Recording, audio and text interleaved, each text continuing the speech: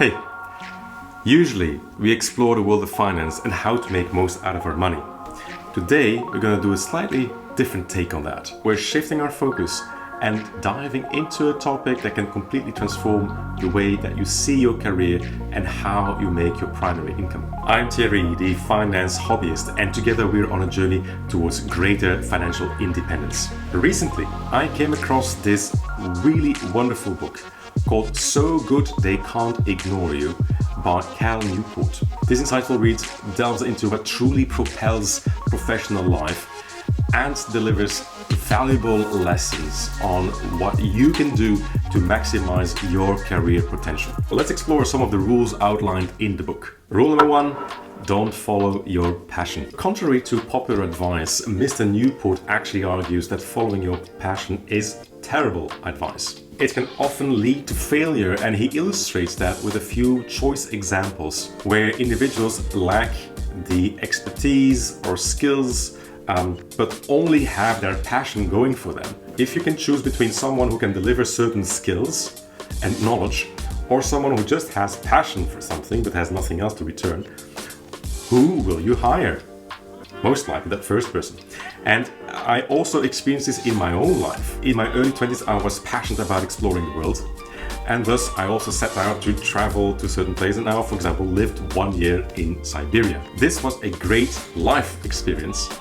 But professionally, I probably didn't maximize my returns there. But for me, this was just 1 year. My career didn't suffer much from that, I think. It's just been a fantastic life experience. I've also encountered people in their 30s who were traveling around but failed to establish a real professional base. Ultimately, this left them disillusioned and struggling to secure stable jobs. Yes, but then what about all of these successful people who claim to be passionate about something? Well, these people have usually developed their passion by becoming very, very good at something specific. Passion is something that develops over time as you start excelling in an area. And then you might wonder, okay, but if follow your passion is bad advice, then what is good advice? This is where rule 2 kicks in. Be so good they can't ignore you. Strive to become as good as possible within your field, to the point where you're considered a real expert. And once you are one of the best in your field, you'll have access to what Mr. Newport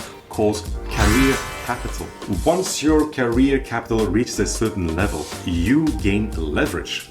You can start demanding more from your employer, be it increased compensation, more flexibility, greater control over your work. Employers will typically try to maintain control of their employees as much as possible and align their interests with those of the company. However, when your career capital is significant and your skills are so good that it would be really hard for your employer to replace those skills with someone else's, you'll find that most of the time your demands will be met in some capacity. Number 3, turn down a promotion unless it's a real clear yes. Why?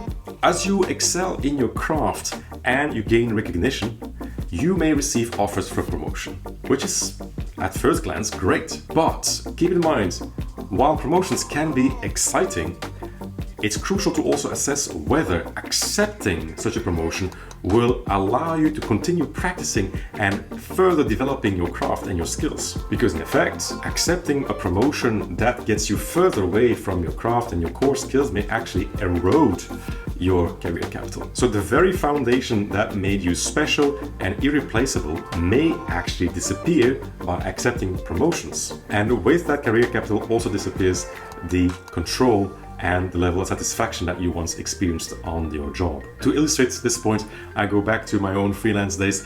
I was active as a time management and communications consultant. And I turned down quite some opportunities with companies to work with in fields that were completely unrelated to mine. For example, market research. Even without having read Mr. Newport's book back then, I already felt like if I pursue these opportunities, it will get me further away from the core skills and the core services I would like to offer. 4, think small, act big. Often, people find themselves in a bit of a rut in their profession when they've been doing it for a while and maybe they feel that they're not growing as much anymore. The key is then to evaluate your skills and identify a niche where your unique combination of knowledge and skills could be used to their utmost. And when you discover this niche, you'll be able to formulate a mission statement around what you would like to achieve with that knowledge and those skills.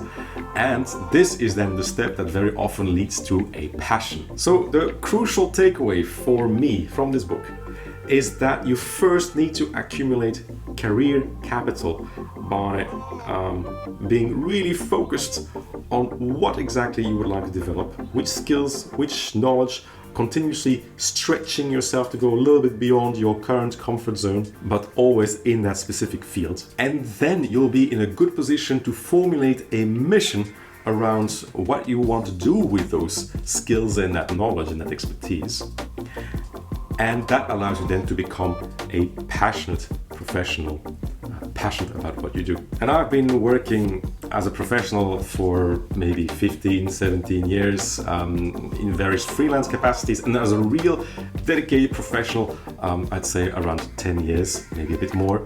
And I've noticed over these past 10 years how expanding my skill set and honing my expertise has made navigating professional life much easier. It becomes also much simpler to communicate to other people which value you add to their lives if you're already clear about what direction or what field of expertise you are targeting. And if you are clear about the type of expertise and knowledge and skills that you bring to the table, you'll also be in a much better position to find the audiences that would appreciate what you have to offer. As this cycle intensifies, it leads people to be more willing to pay for the crystallized and added value. And that's where things like commanding a higher salary, negotiating for more control over your time.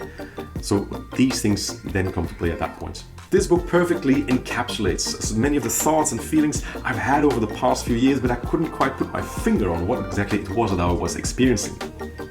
So I highly recommend reading or listening to this book for a more in-depth exploration of each rule. The author also does a really great job of giving various examples to illustrate the importance of each rule. Feel free to also follow the affiliate link that I'll post in the description to this video if you'd like to explore the book.